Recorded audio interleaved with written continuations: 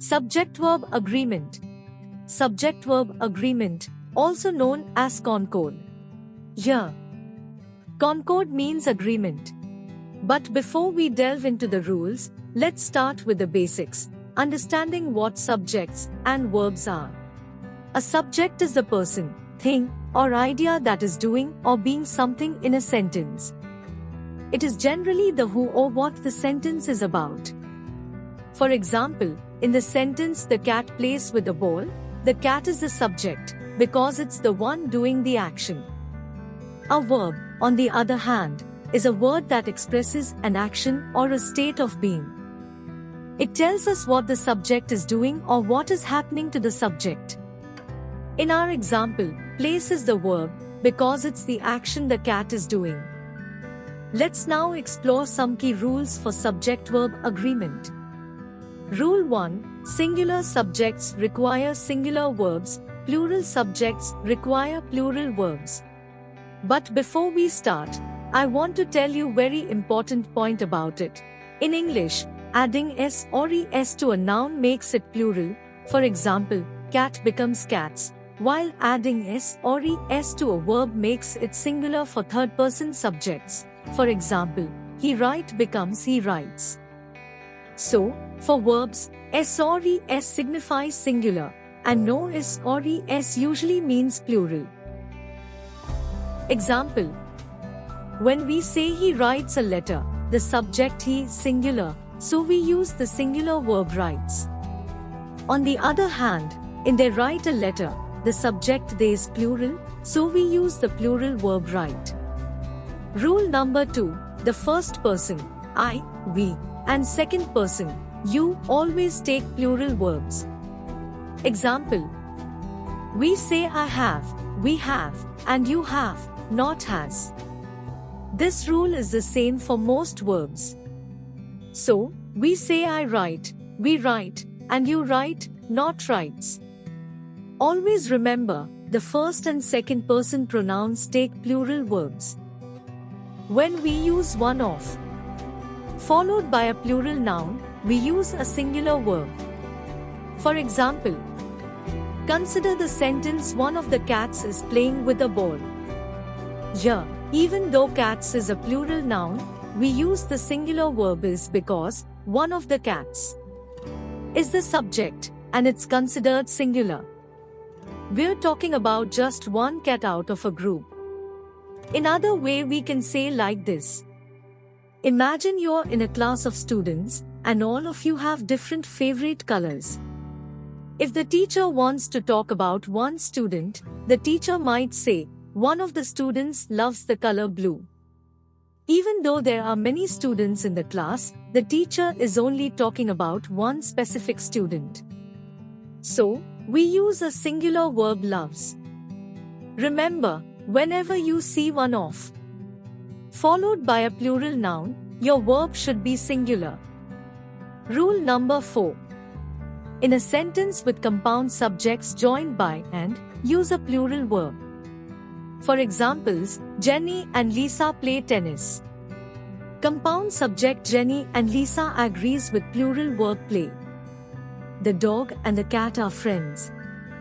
Compound subject the dog and the cat agrees with plural verb are. In next rule, when two subjects are joined by and but they are considered as one unit or one group, we use a singular verb. Let's illustrate this with an example. Imagine you're talking about your favorite dish, which is a combination of peanut butter and jelly. You would say, peanut butter and jelly is my favorite sandwich. Even though peanut butter and jelly are two different things, they are considered one unit in this context, one type of sandwich, so we use the singular verb is. In contrast, if we were considering these as separate items, we would use a plural verb, as in, peanut butter and jelly are both great on bread.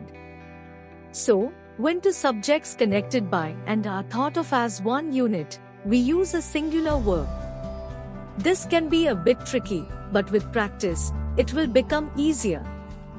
Similarly, in the phrase, time and tide waits for none, time and tide are seen as one concept. so we use the singular verb. Waits. This teaches us an important rule of subject-verb agreement. Next is when a singular subject is connected with another noun or pronoun using words like as well as, in addition to, or except, we use a singular verb. Here is why the verb agrees with the main subject, not with the additional noun or pronoun. For example, consider this sentence.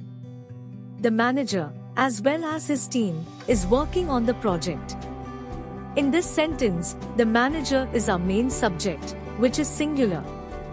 So, we use the singular verb is, even though his team is plural. Mary, in addition to her brothers, is going to the movie tonight.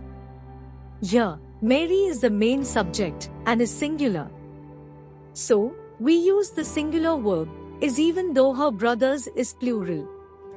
Everyone except Susan is ready to leave.